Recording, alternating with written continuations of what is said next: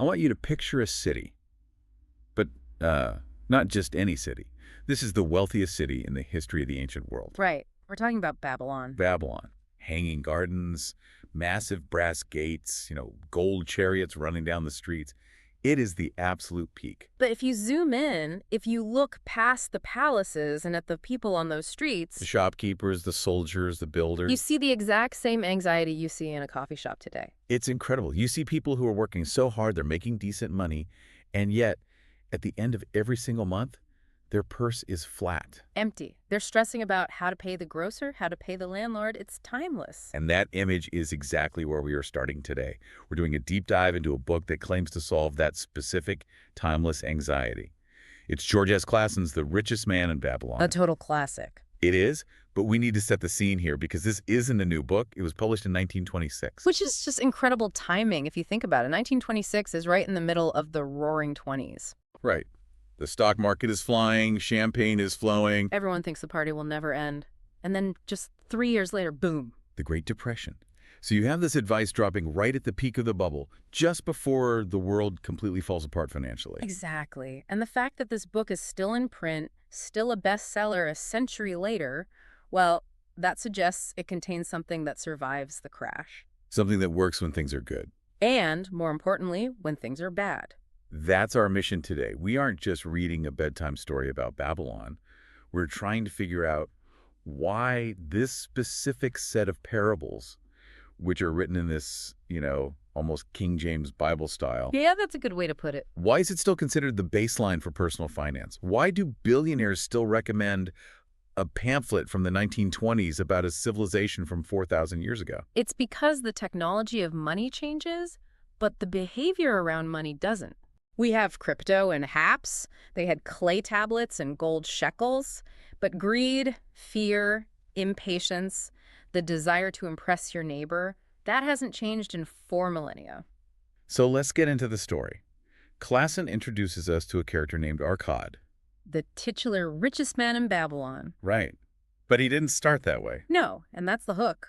Arcad wasn't royalty. He wasn't born into money. He started as a humble scribe, carving clay tablets for pennies. He's the original self-made man. He is. And the book is essentially a transcript of him teaching his childhood friends, who are still broke, by the way, how he did it. I think that's where we have to start, because the first reaction most people have to financial advice or to seeing a rich friend is, well, it's defensiveness. Oh, for sure. Arcad's friends confront him and they say, look, we worked just as hard as you. We were just as smart as you. Why did the gods favor you with gold while we have nothing? It's the classic, it's not fair argument. We see this today. Yeah. The system is rigged, or he just got lucky. And Arcad's response is brutally honest.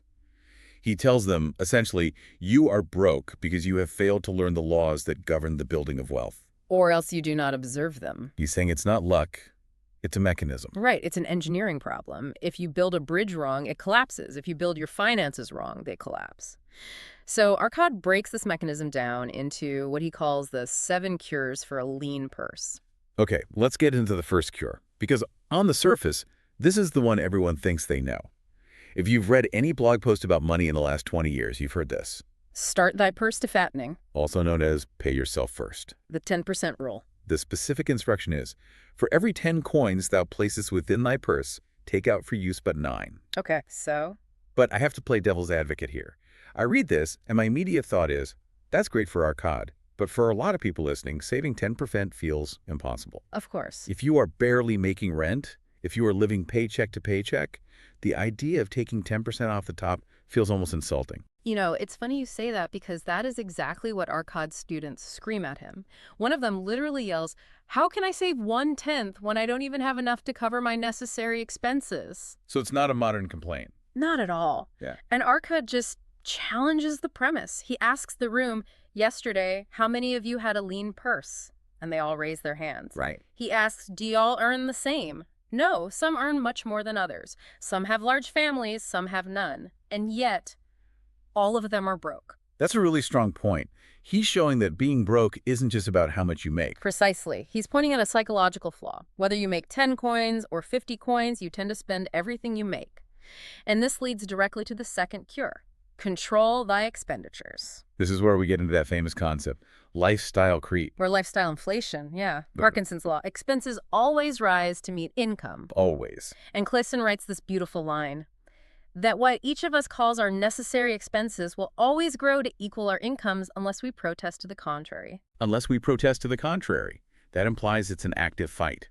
You have to essentially go to war with your own desires. You do. Arcad explains that there is a difference between a need and a desire, but the human brain is wired to confuse the two. So true. You get a raise, and suddenly you need a better car. You need a bigger apartment. Arcad says we confuse these desires with needs so often that we can't tell them apart. So the 10% savings isn't about finding extra money at the end of the month. It's about artificially restricting your supply of money. Yes. So that you force your lifestyle to fit into the 90%. Exactly. Think about taxes.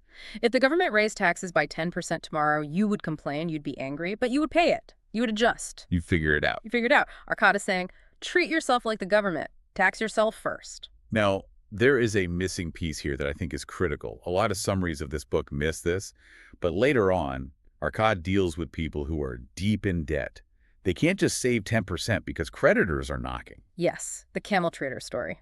This gives us the 7-0-20-10 rule. This is maybe the most tactical part of the whole book. Can you break that down for us? So Arcad meets a man who is just buried in debt. He feels hopeless. And Arcad doesn't tell him to save 10% and starve. And he also doesn't tell him to use 100% of his income to pay off the debt. Which is what most people try to do. They try to pay everything off and have zero life. Right, and then they burn out and crash.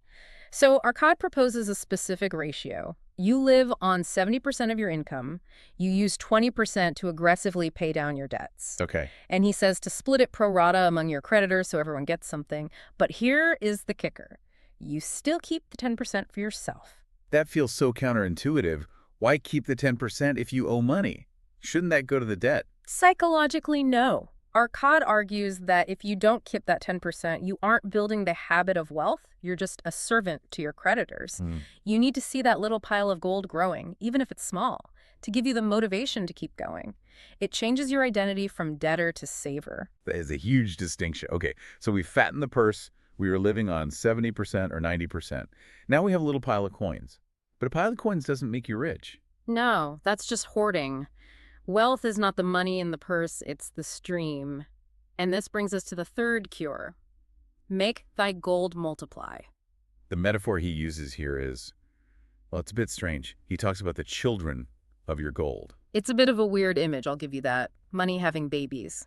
But it works. It definitely sticks in your head. It does. If you put a gold coin under your mattress, it is sterile. It produces nothing. But if you invest it, it produces a child interest, and then that child produces children. Compound interest. The eighth wonder of the world. Arcad tells this story about a farmer who lends money to a moneylender when his son is born. He just leaves it there for 50 years. By the time the son is 50, that initial deposit has multiplied something like 20 or 30 times over. The lesson there is that money is a laborer. And it's the best laborer you can find. It works 24/7, it doesn't get sick, it doesn't take vacations, it doesn't complain. The goal of the third cure is to transition from you working for money to money working for you. But this is where people get into trouble. Because the moment you start looking for returns, you expose yourself to risk. And Babylon apparently was full of scammers, just like the internet is today. Oh, absolutely. It was the ancient world's version of the rug pull. This leads to the fourth cure. Guard thy treasures from loss. This is my favorite story in the book because it's just so tragic but so relatable. Tell us about the brickmaker. So Arcad's friend saves up his first year of savings. He's so proud. He runs to Arcad and says, "Great news, I've invested it. I gave it to Asmer the brickmaker. He's traveling to buy rare jewels, and when he comes back, we'll sell them and make a fortune." And Arcad just sighs. He essentially facepalms. He asks, why would you trust a brickmaker to buy jewels? Would you go to a baker to ask about the stars? No, you go to the astronomer. Exactly. And of course, the brickmaker gets swindled. He buys pieces of colored glass thinking they are gems. The savings are gone. Ooh. The lesson here is brutal but necessary. The return of your money is more important than the return on your money. This is where Clason weaves in what he calls the laws of gold. Specifically, the law that says gold flees the man who forces it to impossible earnings. Impossible earnings. That's such a great phrase. It refers to greed. High yield always equals high risk. If someone offers you a return that sounds too good to be true, like Asmer the brickmaker promising 100% profit, it is almost certainly a trap. It's amazing how relevant that is. I mean, how many people lost money recently taking investment advice from some TikTok influencer? That's the modern brickmaker. It's the exact same dynamic. It is. Arcad's rule is, do not invest in businesses you do not understand, and do not trust people who are not experts in their field. If you want to invest in tech, listen to people who build tech. Don't listen to your cousin who has a sure thing. Speaking of real estate, that brings us to the fifth cure. Make of thy dwelling a profitable investment. This one is interesting because in 1926 and in 2000 BC, this was clear-cut advice. Own your own home. Stop paying the landlord. Does that still hold up? Yeah. Because I have to push back a little here. In the current market, with interest rates where they are, the whole rent versus buy math isn't always a slam dunk. No, you're right. Sometimes renting is mathematically smarter than buying a money pit. Financially, on a spreadsheet, you can absolutely argue that renting is better in certain markets, but Clason isn't just looking at the math, he's looking at the psychology. Okay. He argues that owning the roof over your head gives you a stake in the game. It grounds you. It's the stability factor. I see. Right. And it acts as a forced savings vehicle. When you pay rent, that money is gone forever. When you pay a mortgage, a portion of that is paying down principal. You're building equity. Whether you like it or not. Exactly. Arcad argues that the confidence of a man who owns his own home makes him a better earner. He works harder because he's building his own kingdom, not someone else's. That makes sense. It's an emotional asset as much as a financial one. Yeah. Which sort of segues into the future. The sixth cure is ensure a future income. This is the ancient version of you're going to get old and you might die. Cheerful. But necessary. In Babylon, they didn't have 401ks or Social Security. If you got too old to work and you hadn't prepared, you were a beggar. You were dependent on your children. So you have to think about the you of 30 years from now. It's empathy for your future self and protection for your family. He explicitly mentions the concept of life insurance, or the ancient equivalent of it. If you die, does your family starve? If the answer is yes, you have failed your duty. So we have the mechanics: save, budget, invest, protect, own, insure. But the seventh cure is different. It's not about what you do with your money. It's about what you do with yourself. Increase thy ability to earn. This is the only cure that really addresses the income side of the equation. Yes. And I think this is the most empowering one. Arcad talks about the craftsman. If a craftsman just sits there and does the same work every day, his income is capped. He hits a ceiling. But if he learns a new technique, gets a better tool, or learns to work faster, his value goes up. We call this human capital today. It's the highest ROI investment you can possibly make. If you learn a skill that allows you to earn 20% more, that ripples through the entire system we just built. Your 10% savings becomes a larger number. Your investments grow faster. The whole machine speeds up. And the text mentions that this isn't just about hard skills. It's about wisdom, too. It covers reliability, paying your debts with promptness. In a commercial society, whether it's Babylon or New York, your reputation is an asset. If people trust you, opportunities flow to you. If they don't, the stream dries up. I want to circle back to something you mentioned earlier, the laws of gold. We've touched on them, but there's a nuance in the later laws that really struck me, specifically about patience. Yes, the fifth law. We talked about it with the brickmaker, but let's go deeper. Gold slips away from the man who invests it in businesses or purposes with which he is not familiar or which are not approved by those skilled in its keep. That sounds just like Warren Buffett. Never invest in a business you don't understand. It is exactly that. But there is also a warning about romantic investments. Romantic. Yeah, investments that appeal to our imagination rather than our reason. We want the adventure. We want to fund the treasure hunt. But Arcad says gold clings to the cautious owner. It's boring. That seems to be the recurring theme here. It is. The path to wealth in Babylon wasn't finding a dragon's hoard. It was saving copper coins, turning them into silver, turning silver into gold, and just letting time do the heavy lifting. So let's bring this all back to the listener. We've got a book from 1926 about a city from 2000 BC. We have laid out the roadmap. It fits on an index card. Save 10%, live on 70%, invest cautiously, own your home, insure your life, learn new skills. But here's the big question. If it is so simple, why is everyone still broke? Why do we still have the same anxiety as the people in ancient Babylon? Because simple is not easy. Right? The barrier to wealth isn't intelligence. You don't need a PhD to follow the 10% rule. The barrier is character. It's the emotional maturity to delay gratification, to say no to the shiny thing today so you can have freedom tomorrow. It's the ability to just sit with the boredom. Exactly. Yeah. We are wired for dopamine. We want the win now. Following Arkad's advice is boring. It takes years. You don't see the results in a week.